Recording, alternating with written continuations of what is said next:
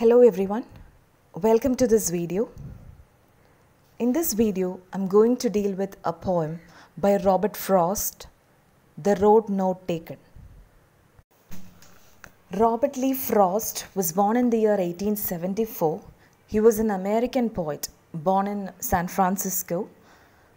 He is highly regarded for his realistic depictions of rural life and also of colloquial speech. His poems mirror the rural life of New England in the early 20th century. That New England, that region influenced Frost to a great extent. And his responses to the peculiar New England speechways, images, scenes, characters, and attitudes began to take shape. And he always uses the language of common man. And he examines complex social and philosophical themes in his poems. Urban life is ignored in his poems. There is no mention of the railway train, automobiles, factories giving out smoke and gas. All these images cannot be seen in his poems. Robert Frost was awarded the Pulitzer Prize for Poetry 4 times. And the late American President Kennedy, he invited Frost to recite his patriotic poem, The Gift, outright. It was on the occasion of his assuming charge as the President of America in 1961. Many great personalities like Jawaharlal Nehru was very much influenced by the poems, by the works of Robert Frost. It is generally believed that his poems begins in delight and ends in wisdom. Some of his major collections include A Boy's Will, North of Boston, Mountain Interval, West Running Brook, Complete Poems, In the Clearing, etc. The poem The Road Not Taken was included in his work Mountain Interval, which was published in the year 1916. It is one of the finest and the most popular of his lyrics. It is in the form of a monologue. It speaks of the problem of choice made by human beings.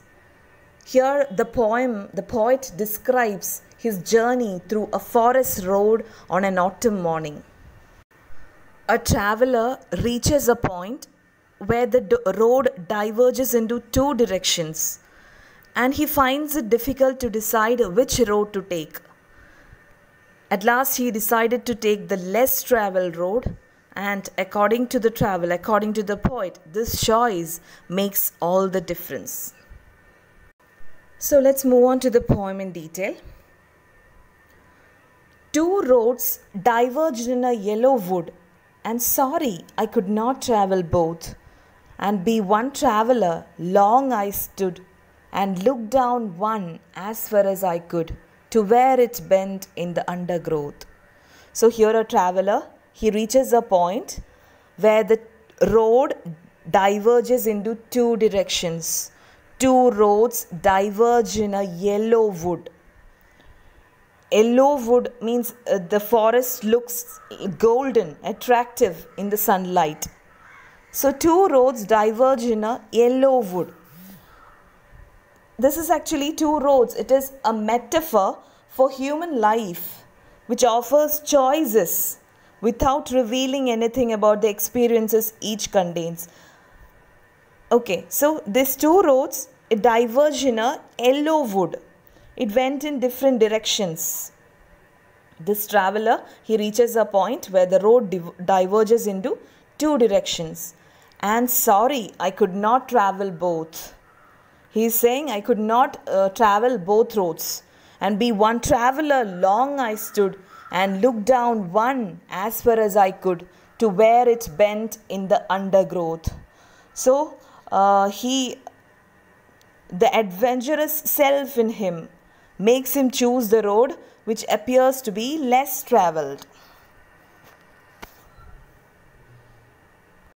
That is described in the next stanzas. So in the first stanza, he is a lone traveller in the woods and he is facing a dilemma. as he looks at a fork in the road. There is a division. Two roads diverge in a yellow wood. And sorry, I could not travel both. I could not travel both roads. And be one traveler, long I stood and looked down one as far as I could to where it bent in the undergrowth. So he analyzes the first road thoroughly. Okay. And in the next stanza, he says, then took the other as just as fair, and having perhaps the better claim, because it was grassy and wandered where, though as for that the passing there had warned them really about the same. Then took the other as just as fair, and having perhaps the better claim. So then he started analyzing the second road. He feels that it has a better claim, and having perhaps the better claim, because it was grassy and wandered where. Grassy and wandered where in the sense, the grass on the path, it had not been trampled upon, as it was not chosen frequently. People didn't choose that road often. So it is grassy and wandered where, means here free of. Okay. So as for that, the passing there had warned them really about the same. The people traveling that way. Neither of the roads is less traveled by. Both have been chosen by a lot of people several times earlier. So he wants to see which one is better. It was difficult for the traveler to decide which of the two roads was less traveled. Both looked almost alike. Here the implication is that life choices is also like that. Life choices seen from a distance may be entirely different from what they really are when experienced personally. Next answer. And both that morning equally lay in leaves no step had trodden black. Oh, I kept the first for another day, yet knowing how way leads on to way, I doubted if I should ever come back. And in that morning, both these roads, it lay equal, means and both that morning equally lay in leaves no step had trodden black. That means fallen leaves that have become black when people walk over them. So no leaves had trodden black. No step had trodden black. In leaves no step had trodden black. Oh, I kept the first for another day. That means he decided to travel on the other day, some other road, some other day. Yet knowing how way leads on to way, I doubted if I should ever come back. So one path chosen will lead to other roads. I am sure, I know that. Yet knowing how way leads on to way, I doubted if I should ever come back. So the path chosen will lead to other roads. And in such a maze, a return is impossible. So if I choose a road, it is difficult for me to come back. I doubted if I should ever come back. I know if I choose this road now, it is difficult for me to come back. Okay. Next answer. I shall be telling this with a sigh, somewhere ages and ages hence. Two roads diverge in a wood, and I took the one less traveled by, and that has made all the difference. That is, here he is saying the choice of the road has made all the difference in his life. I shall be telling this with a sigh, with a sigh. He says that he may perhaps regret the choice he made, and he wish he had taken the other road. So this refers to the other side of the valley is greener. That mentality, other side of the valley is greener mentality. That most humans suffer from.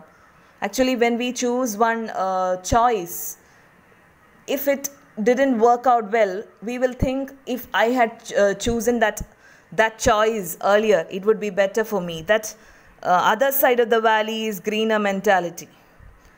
It is actually most humans suffer from it. So here I shall be telling this with a sigh. He is saying he may perhaps regret the choice he made and he wish he had taken the other road. Okay, two roads diverge in a wood, and I took the one less traveled by, and that has made all the difference.